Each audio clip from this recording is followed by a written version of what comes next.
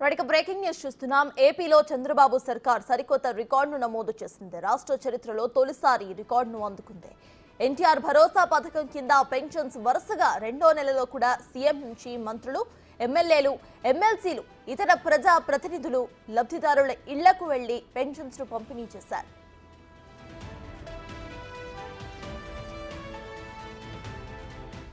AP వ్యాప్తంగా ఎన్టీఆర్ భరోసా పెన్షన్ల పంపిణీ దాదాపు పూర్తయింది.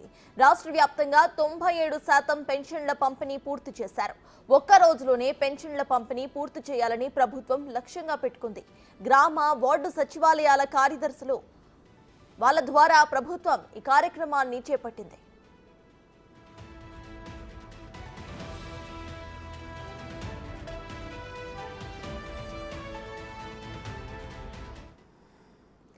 ఇదే విషయంపై పూర్తి డీటెయిల్స్ ను మా ప్రతినిధి మల్లికార్జున్ లైవ్ లో అందించడానికి సిద్ధంగా ఉన్నారు. మల్లికార్జున్, చెప్పండి, ప్రెసెంట్ అక్కడ అప్డేట్స్ ఏంటి? ఇటు మొత్తం పెన్షన్లు కూడా అటు 100% పంపిణీ జరిగిపోయినట్టు తెలుస్తోంది. ఇక రికార్డు స్థాయిలో రికార్డు నమోదు చేసినట్టు కూడా తెలుస్తోంది AP government. So present updates ఏంటి?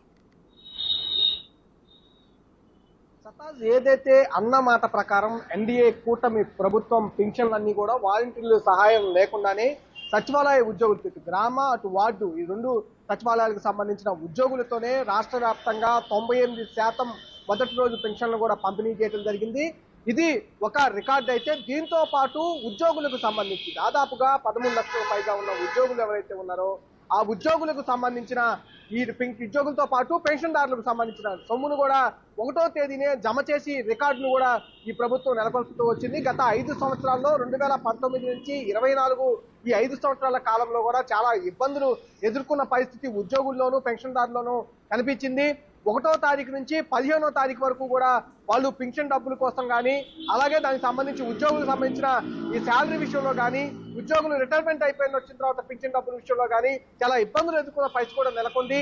వాళ్ళకి సంబంధించి నెల పెండింగ్ పైన కూడా దాఖలాలు కూడా గత ప్రభుత్వంలో ఉద్యోగులు కనిపించిన పరిస్థితి కూడా ఉంది. కానీ ఈ ప్రభుత్వం వచ్చిన తర్వాత మొదటి నెల జూలై మొదటి నెల ఉద్యోగులకు డబ్బులు అనేది జమ చేయడం జరిగింది. అక్కడి నుంచి 2వ నెల ఆగస్టు 1వ తేదీనే వాళ్ళకు డబ్బులు జమ చేయడం జరిగింది. దీనిపై కూడా ఉద్యోగ సంఘ నేతలు కానీ, ఉద్యోగ నాయకులు కానీ, దాంతోపాటు ఉద్యోగస్తులు కూడా పూర్తి ఆనందం వ్యక్తం చేస్తూ కూడా వాళ్ళ ఆనందం వ్యక్తం చేస్తున్న పరిస్థితి కూడా కనిపిస్తా ఉంది. దీంతో పాటు పింఛన్దారుల విషయంలో కూడా పెంపుదల చేసి మరి పెన్షన్ అనేది అందించడం, దాంతో పాటు అక్కడ వాలంటీర్ల వ్యవస్థ అంత పెద్ద వ్యవస్థను పెట్టుకొని కూడా గత ప్రభుత్వం 1వ తేదీ నుంచి 5వ తేదీ వరకు 5 రోజుల పాటు పెన్షన్లు అనేది గతంలో పంపిణీ చేస్తూ ఉండేది. కానీ వాలంటరీ వ్యవస్థ లేకపోయినా సచివాలయ వ్యవస్థ, ఇటు వార్డు సచివాలయంలో ఉన్న 10 మంది కానీ, ఇటు ఈ ఏదైతే ఉన్నారో మన గ్రామ సచివాలయంలో ఉన్న 10 మంది కానీ, ఇటు ఎంప్లాయీస్ అందరూ కూడా గ్రామాలకు సంబంధించి ఆ సచివాలయ పరిధిలో ఉన్న పెన్షన్దారులు అందరికీ కూడా పెన్షన్ 1వ తారీఖుతోనే వాళ్ళ ఇంటి ముందుకి ఉదయం 6 గంటల నుంచి సాయంత్రం 6 గంటల వరకు కూడా ఇంటి వద్దకే వెళ్లి పెన్షన్ను స్వయంగా అందించి ఒక రికార్డును నెలకొన్న పరిస్థితి కూడా ఇప్పుడు రాష్ట్ర వ్యాప్తంగా కనిపిస్తా ఉంది. రానున్న రోజుల్లో అంటే ఇప్పుడు 98% పూర్తి చేసిన ప్రభుత్వం రానున్న రోజుల్లో 2% కూడా పూర్తి చేసి 100% గా మేము పెన్షన్లు అందించామనే దాఖలాలు కూడా చూపించబోతా ఉంది. అంతేకాకుండా సచివాలయ వ్యవస్థకు సంబంధించి కానీ, వాలంటరీ వ్యవస్థకు సంబంధించి కానీ ఎక్కడ నిర్వీర్యం చేయమనేది కూడా ఫస్ట్ నుంచి చెప్తూ వస్తుంది. సచివాలయ వ్యవస్థ వారి పెన్షన్లు పంపిణీ చేస్తూనే ప్రభుత్వంలో కూడా భాగం అవుతూ వాళ్ళ ఉద్యోగ ధర్మాలు కూడా నిర్వర్తిస్తూ ఉంటారు. దాంతో పాటు వాలంటరీ వ్యవస్థకు చూసుకుంటే కనుక ఏదైతే ఎలక్షన్ కమిషన్ ఏదైతే ఆర్డర్ ఇచ్చిందో ఆ 3 నెలల పాటు ఇచ్చిన ఆర్డర్ను కూడా ఈ ప్రభుత్వం కంటిన్యూ చేస్తున్న పరిస్థితి కూడా కనిపిస్తా ఉంది. Thank you Mallikarjun.